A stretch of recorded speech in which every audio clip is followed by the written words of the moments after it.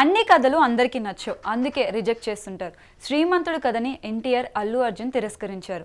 దాంతో కొరటాల శివ మహేష్ బాబుతో శ్రీమంతుడు తీశారు. అది ఎంత పెద్ద హిట్టో చెప్పాల్సిన పని లేదు.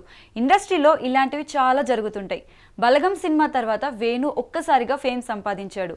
రూటెడ్ స్టోరీస్తో అందరినీ ఎమోషనలైజ్ చేశాడు వేణు నెక్స్ట్ మూవీ కూడా వెంకటేశ్వర బ్యానర్పై దిల్ రాజు నిర్మిస్తున్నాడు. ఆ సినిమా పేరే ఎల్లమ్మ. అయితే ఈ మూవీ స్టోరీ స్టార్ట్ చేసిన దగ్గర నుంచి అన్ని అవాంతరాలే ఎదురవుతున్నాయి. ఎల్లమ్మ స్టోరీ ముందు న్యాచురల్ స్టార్ నానికి చెప్పాడు వేణు. ఆ కథ నానికి విపరీతంగా నచ్చేసింది. కానీ కొన్ని కారణాల వల్ల సినిమాని వదులుకోవాల్సి వచ్చింది. దాంతో చేసేదేం లేక తేజ సజ్జకి కథ వినిపించాడు. అయితే తేజకు కథ నచ్చలేదన్న వార్తలు వచ్చాయి. అదే సమయంలో దిల్ రాజు బ్యానర్లో నితిన్ తమ్ముడు సినిమా చేస్తున్నాడు.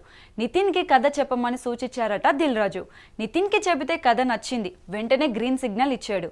ఇక్కడే ఎల్లంకి మరో షాక్ తగిలింది. దిల్ రాజు నితిన్తో తెరకెక్కించిన తమ్ముడు మూవీ ఫ్లాప్గా మిగిలింది. దాంతో దిల్ రాజు ఎల్లమ్మ నుంచి డ్రాప్ అయ్యాడని రూమర్స్ మొదలయ్యాయి. అయినా కానీ దిల్ రాజు నుంచి ఎలాంటి సమాధానం రాలేదు. గేమ్ చేంజర్ తమ్ముడు చిత్రాల ద్వారా దిల్ రాజు నష్టాల్లో కూరుకుపోయాడన్న వార్తలు టాలీవుడ్లో హల్చల్ చేస్తున్నాయి.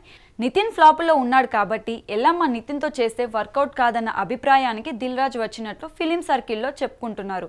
దాంతో ఎల్లమ్మ కథ శర్వానంద్ దగ్గరికి వెళ్ళిందన్న వార్తలు వస్తున్నాయి. శర్వా కూడా వర్కౌట్ కాకపోతే ఎవరినన్నా తమిళ్ హీరోకి స్టోరీ నెరేట్ చేయాలని డిసైడ్ అయ్యాడట వేణు.